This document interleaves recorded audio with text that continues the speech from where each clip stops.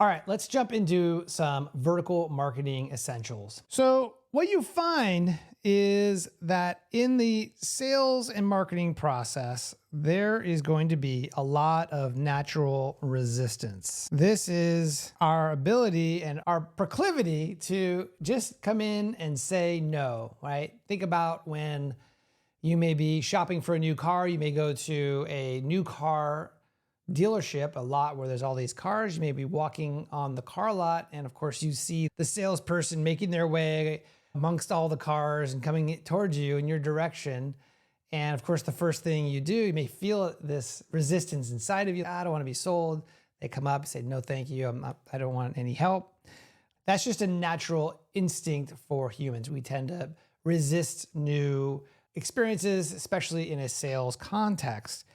And what we want to do as brands is we want to do our best in increasing trust, which is getting them to ultimately say yes and leaning into our conversation or the conversations that we want to have with them. And through the marketing materials that we provide, we will be able to, if we're successful, be able to cross the resistance line over time and with effort, and with our trust. The trust will eventually surpass the resistance. And that's typically when you find someone raising their hand and saying, yeah, I'd like to take a sales call. This is when your buyer is spending potentially 80% of their time researching your firm, your solution. And eventually at this point here where they feel that you may actually be the right solution for you, that they decide to take a sales call. And so if this is the sales process, this is when you begin the sales process, you've earned enough trust for them to raise their hand, then this is the marketing process, okay? This is the time when they're on your website, they're on your social media, they're trying to understand your business at a deeper level, okay? And it's until they, again, trust you enough for them to sign up for a sales call. What we want to do is we want to do the best we can in moving this crossing, the capitulation, this crossing from where it would naturally be. We want to accelerate that.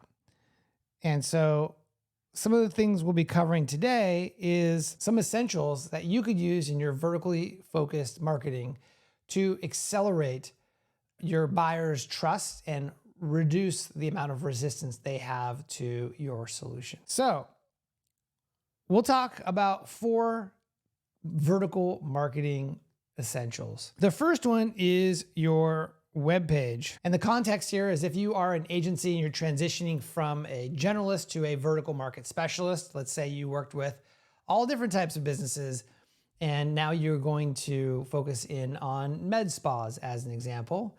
What kind of web presence are you going to have? Are you going to transition your entire agency website to be all focused 100% on med spas? Are you going to have a landing page or maybe a mini site or a mini site within your current website? There needs to be some level of focus from a web page perspective. We'll talk more about that. The second one are client success stories. And these are stories of your clients where you took them from a before state where they were in pain, and then they worked with you and they were able to get an outcome. Being able to communicate those in compelling stories is really important. Having client testimonials. And lastly, social proof, right?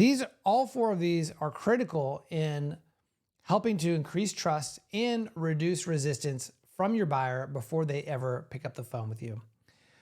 So the context for this is that all of these are specific to your vertical market. So it's not just any web page, it's a vertically focused web page. It's not any client success stories, it's client success stories of businesses and clients that you've had some success with in that vertical market. Same with the social proof and testimonials, okay?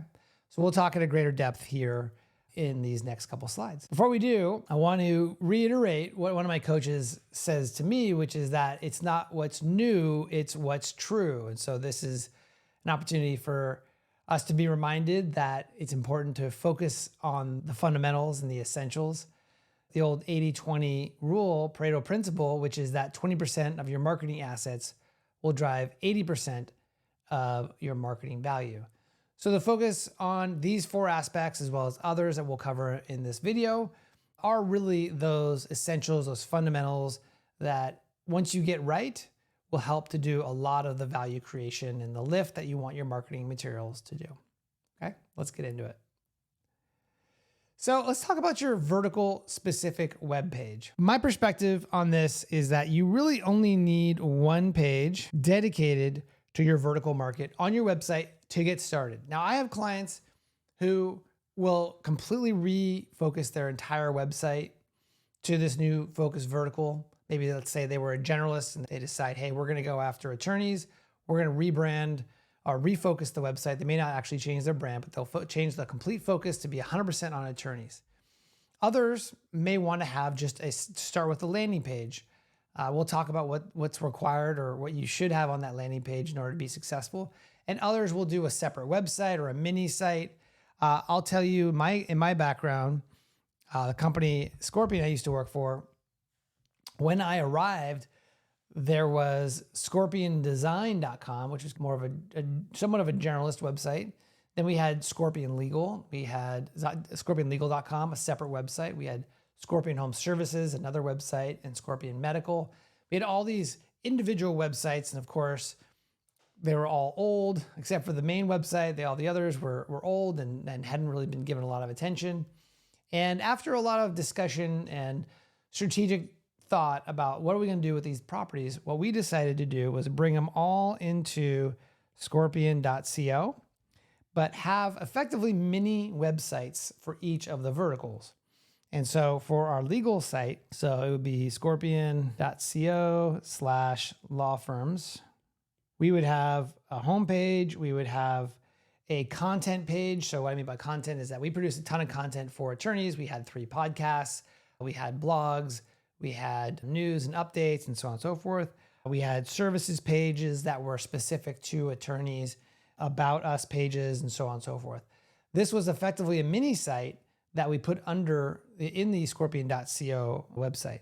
We also did the same thing for medical, home services, and so on and so forth. So we effectively had these mini websites, effectively a full site, but there was under the scorpion.co website, and how we would market these specifically, let's say for our law firm clients, is we would have a vanity URL, scorpionlegal.com.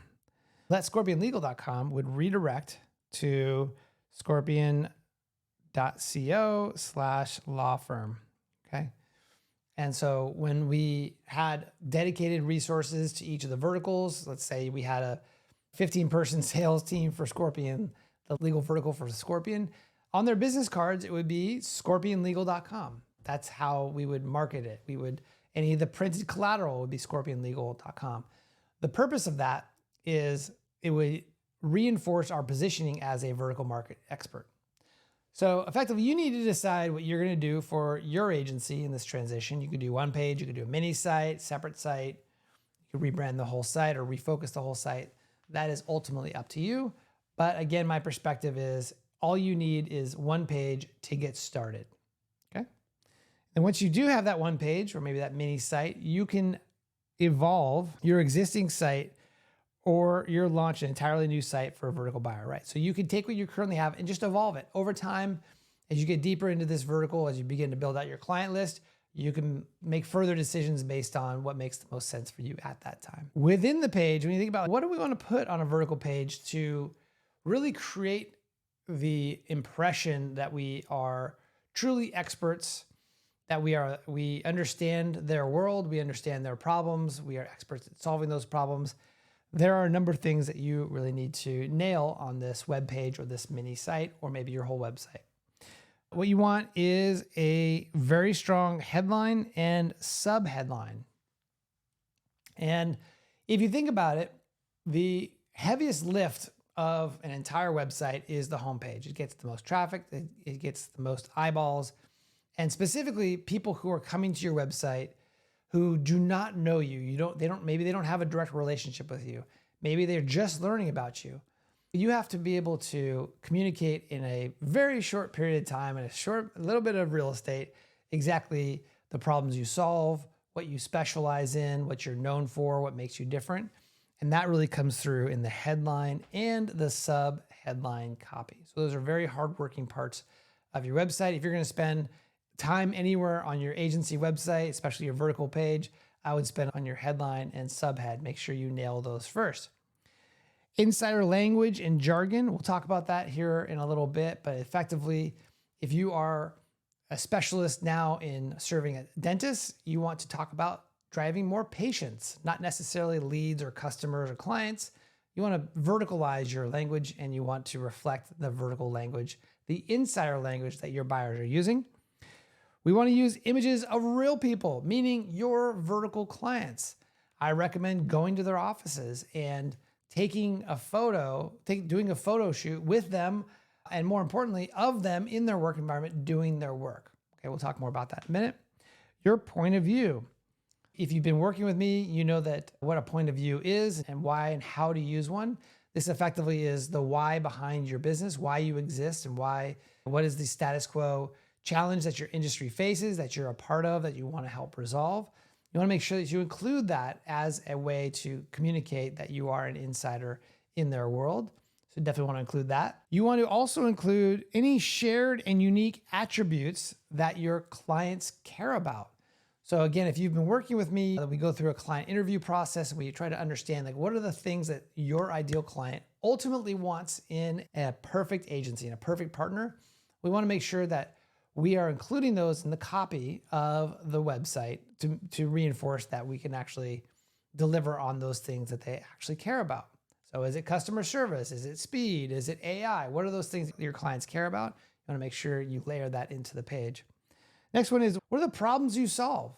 Well, a lot of agencies miss this, which is kind of interesting, that people are coming to your website, buyers are coming to your website because they have a problem they're trying to solve. A best practice is to include the specific problems that you solve, right? Be very literal.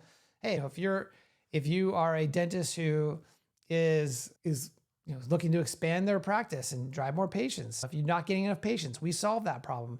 If you currently working with an agency that isn't communicating with you, we solve that problem, right? What are the problems that you solve in their world? Obviously, you want to provide the services that you do to tell them exactly the things you do.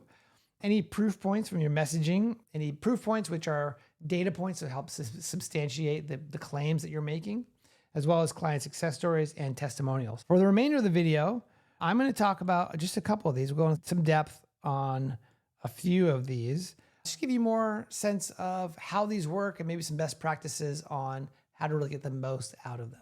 Okay, let's jump into it. All right, website and web page headline copy. Your web page headline is a great place for a condensed version of your vertical positioning statement. And if you haven't worked with me and you haven't developed this is effectively a real basic way to approach this is we provide service, or we do a service specializing in a vertical market.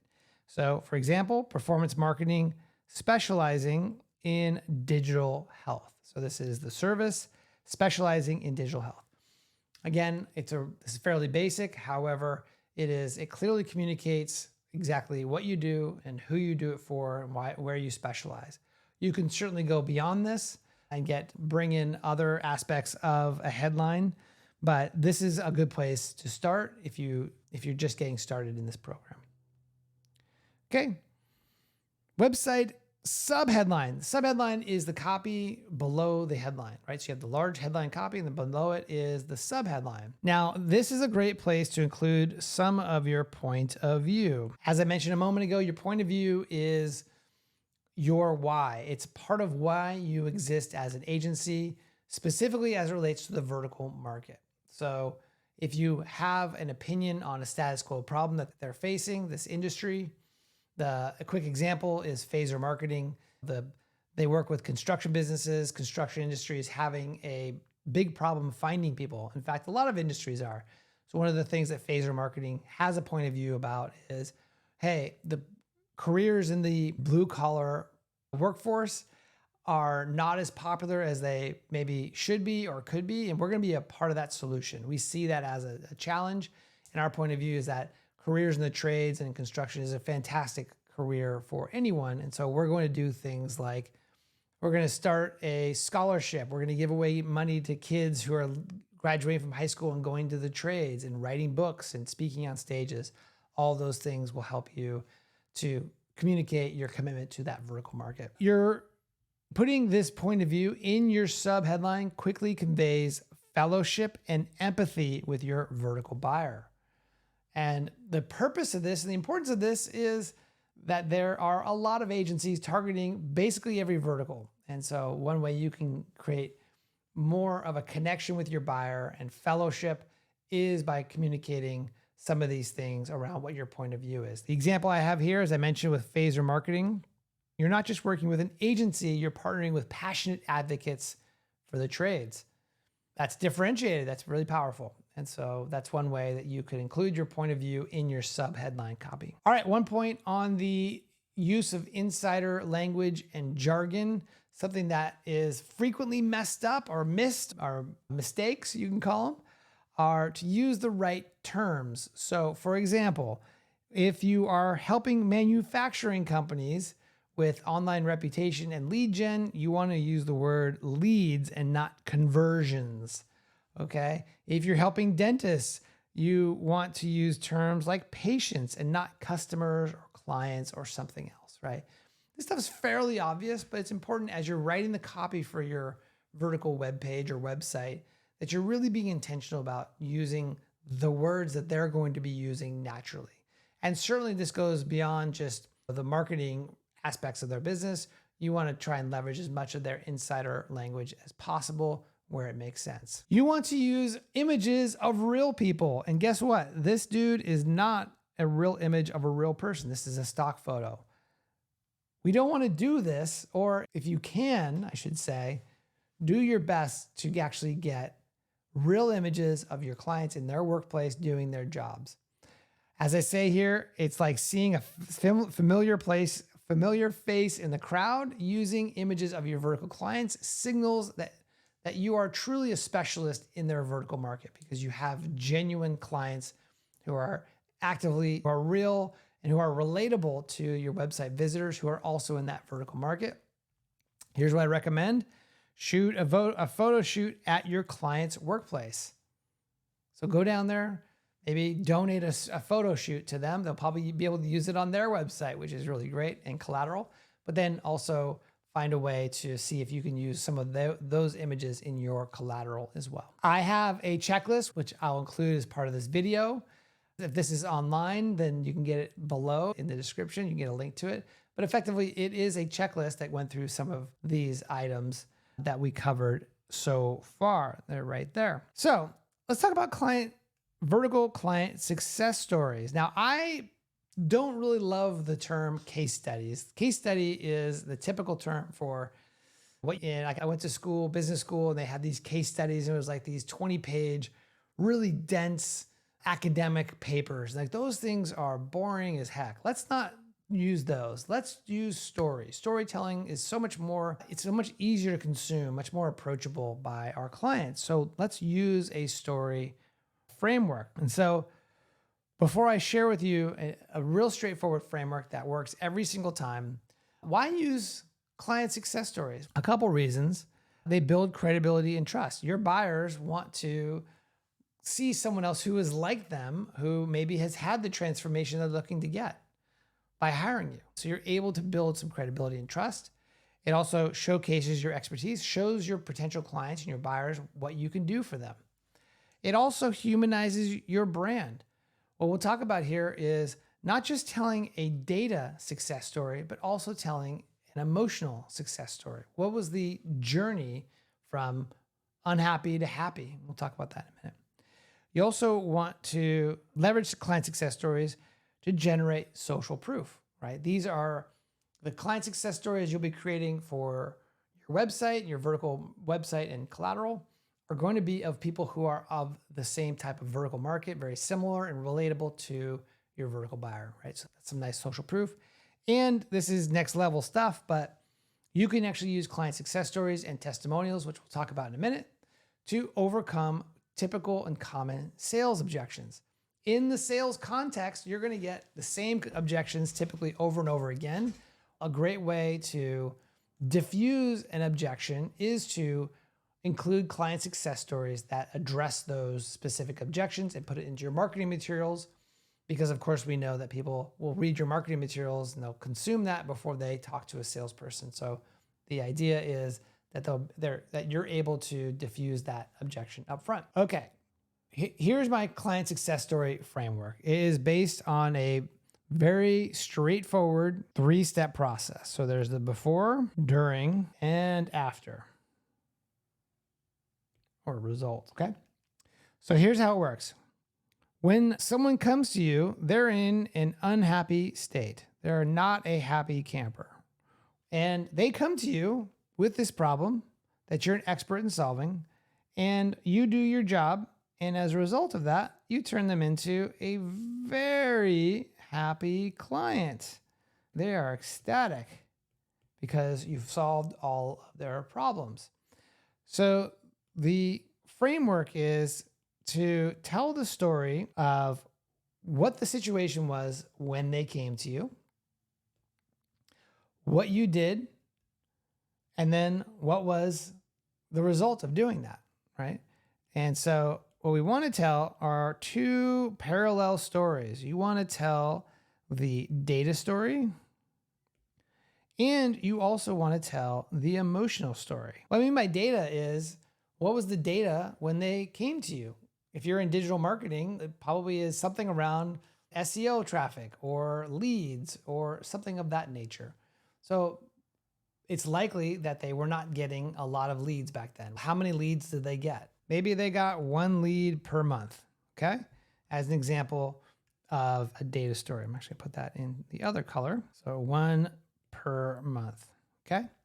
The emotional impact of that was that they were worried about closing their business, which is worry, fear, etc.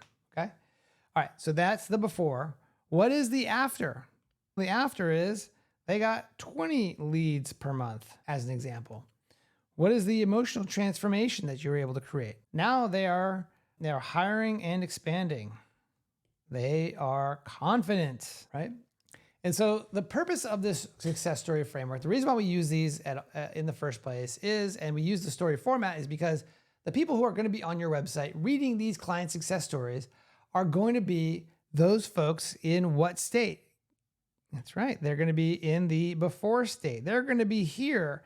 And as you take them through your journey and through the client's journey and transformation, they're going along for that ride as well. They're reading it and they're saying, oh, this person got that result and that result. And guess who are the ones who created that outcome in the during, right?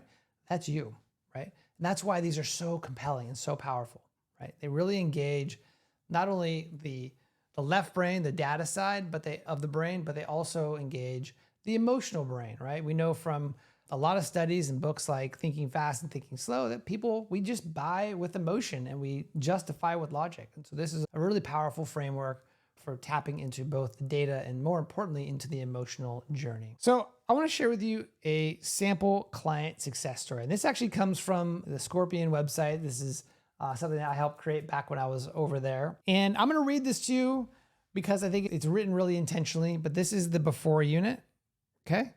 So this is the story of Tim Flynn. He is a home service business owner, and he says, the quote on the page is, I don't trust any of these marketing companies.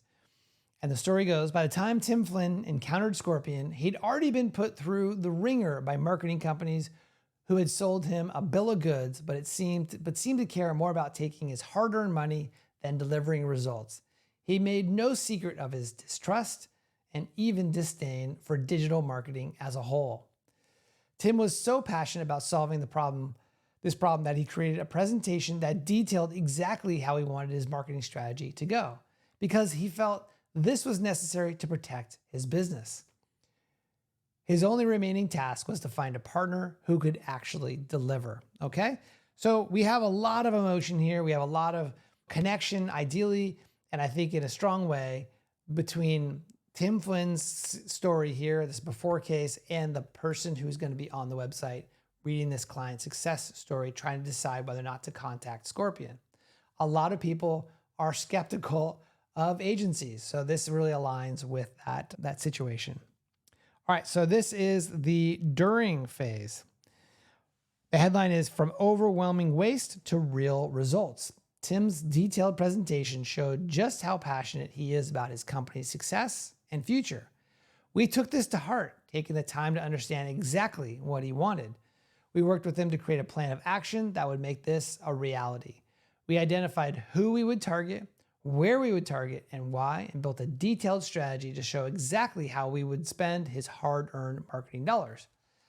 Okay, so what's interesting here is that we don't go into all of the bells and whistles of all the different things we did with the marketing campaigns. That is very typical of a client success story or a case study. It's majority on all the different things we did. We didn't talk much about that. We talked about how we heard that he was really in a difficult place. He was emotionally not very happy. He was really skeptical, and that we took that to heart and then we put it to work. And so what I recommend is to spend 20 to maybe 30% of the client success story here. You do not want to go into great depth about all the things that you did because it doesn't matter, okay? It does not matter, okay? Let's go into the after phase, which is what happened as a result of working with Scorpion. A partnership turned friendship. Since partnering with Scorpion in 2016, Tim has been able to expand his business significantly, setting brand new records for revenue in 2019 and planning for 2 new locations in 2020. Here are some of the results Tim experienced. So on and so forth. We're proud to build lasting friendships with great home service business owners like Tim Flynn. We love you, Tim. And we do love him. He's awesome. But the cool thing about this is that we've been able to establish both the transformation from unhappy to very happy and getting great results. I'm going to redo that because I don't know what that is. To getting great results. Okay. So we're able to tell both stories. Okay. And that is what makes a great client success story. Some best practices. You want to create client success stories on vertical markets who are like the type of vertical clients you want to get more of. Okay. So if you want to get more manufacturing clients in Connecticut, well, create client success stories on manufacturing clients in Connecticut. So what are the attributes of clients that you really care about attracting more to your business? Well, go get client success stories of those type of businesses that you already have, that you've already been able to help, because that will help to attract more of the ones you want. We've already talked about this, but you want to use emotion and data. Client success story with all emotion and no data is not very convincing. Conversely, client success story with all data and no emotion isn't very persuasive. We want to use both to be effective. I've already mentioned this, but use real names, actual client images and or videos, and video client success stories are more persuasive than text and images. Please use video wherever possible. Okay. Where could you use your client success stories? Well, they could be used on the vertical section of your website. Social ads, online profiles, direct mail, sales pitch deck. I'll tell you from my own experience, we as a company and as a marketing team at the company, we would challenge ourselves to create 1 new client success story a quarter. That was a team expectation across each of our verticals. We had a number of verticals. We would do all of these every quarter. And it was a lot of work. The challenge was because it was so much work and we were extremely busy, we would go through all the trouble. We would publish a client success story for the quarter, and then we'd just move on to the next thing because we were busy.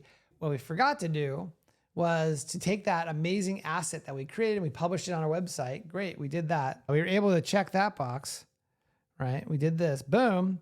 We forgot to do a couple of the other things like create social ads that promote this client success story, update our online profiles, use it in direct mail, and include it in our pitch deck. So I encourage you to use these assets across all of these places and elsewhere to maximize the reach of this amazing story that you just created. I also include a checklist for client success story in the supplemental asset. Let's talk about client testimonials, okay?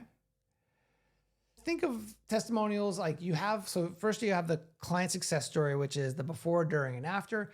Client testimonials are shorter, punchier sort of endorsements. It says here, powerful endorsements of the results your agency can achieve. Obviously, it's much more impactful for your clients to talk about the results versus you talk about the results that you can provide. So having these client testimonials, it's typically one sentence, two sentences that really speak to a specific outcome or transformation. We'll talk about that. There's two different types of vertical client testimonials that I recommend. One is called an outcome-focused testimonial, and the second one's called a transformational testimonial. Okay, let's talk about each. Outcome-focused testimonial. These are the steps, but effectively what it is, your clients come to you specifically with outcomes in mind. Okay. And so part of the work you want to do is you want to list out 3 to 5 key results that your clients in the target vertical are seeking and which your agency can deliver. So what are the top things that you deliver, right? What are those outcomes that they desire? And you can know this from maybe client interviews, understand your client journey, talk to your client success team, or maybe directly what they actually care about and desire.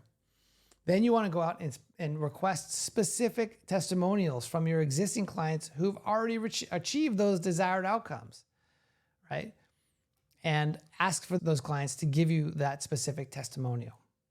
And we want to have at least one testimonial for each of the key outcomes you've identified. Okay, these are very hardworking testimonials. They tell the story you want to tell, but again, it's much more powerful because it's coming from your clients. All right, so here's an example. Let's say fictitiously that all your clients, they really care about having a clear marketing performance reports. That's super important for them. A powerful testimonial might be along the lines of, before switching to your agency, we'd spend over 2 hours each week trying to understand our reports. Now we just invest 15 minutes and have a clear grasp on our marketing campaigns. So pretty straightforward. The first step though is understanding what are the key outcomes your clients want, and then going out and generating those testimonials. Pro tip, if you're getting the same objections over and over again, I would focus on trying to get some testimonials that can diffuse those objections earlier in the sales process and in the marketing process, as we've discussed. All right, transformational testimonials. This is where we leverage the from to framework.